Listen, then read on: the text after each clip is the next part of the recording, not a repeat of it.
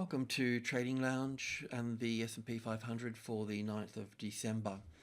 So if there's going to be a bearish pattern, this is how it's going to look with wave 3 here, an A wave here, an A and a B and a C wave here, the market moving up to very close to 3,200 and then falling down into wave C at that time. So that would be the bearish picture. Okay, for the bullish picture that we've been tracking, looking at it like this with wave 4 already in place here with 1 and ABC for 2 here, then up for 1 and back for 2, 1 and 2 and 3 and 4 and 5 here for top of wave 3 in this case, back for wave 4 and up for wave 5 at this stage. So that would be the bullish picture. So let's just continue to go in here and have a look at this, because we are long at the moment and we would need evidence of, for a bearish move, we'd need an evidence, of a decent impulse wave to the downside. And, that will probably come in this little section here, because this section here would be an A wave, a B wave and a C wave here. So we'll look to trade that to the downside as well, but we'd have to get past the bottom of this third wave here. This third wave would have to turn into 5 waves here. Then we could turn bearish at that point, but otherwise we won't. We'll continue to stay with the trend. So the just moving into the 4-hour chart, then the 1-hour chart here. So we're looking at it like this here with,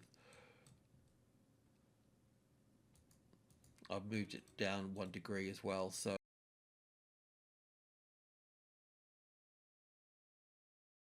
wave 4 here and wave 1 here, wave 2 here, and 5 waves moving up through here. We'll take a closer look at that in a moment. Wave 3, as I mentioned, normally comes in around the top of the previous section here, then wave 4, then wave 5 to the upside here for wave 3 here, and then we'll look at an A and a B and a C wave moving in here for wave 4 here, and then moving up. So at this stage we're still moving to the upside, so let's just go in and have a look at that. So on the upside here, we noted that we had 3 waves down here. It's possible that this still can be wave 4 over here with a forgot an ABC here, yeah. So it's possible that, well, let's just take a shortcut here. This wave 3 here, when it finishes, we can see that, you can see here we've got 1 and 2 and 3 and 4 and 5 here for 1 and 2. So we've got here 1 and 2 and 3, and we would still need wave 4 to come in play here and wave 5 to move up here. But that can also be wave C here. So up for an A and a B and a C. I don't think so, because if that was wave C here, then wave B here would be more complicated, where normally wave 2 is short and swift and sharp. So it suits it quite nicely here as a wave 2. Still got further to move up into this space here. If you're long here or across the top here on this, then we can move the stop up to this section here. I mean, you could move it up higher, but you don't want to get tripped out before we finish this rest of this trend here for this. So yeah, we can just put this in, just dull that out. It's a possibility, as that's the other leg to that. And this is just the Nasdaq here as well. Same scenario here as well in moving to the upside here. It's possible to have it as an A and a B and a C up into this space and then down for wave 4. But otherwise we'll look at this being wave 3 here. So we've got wave 1 in place.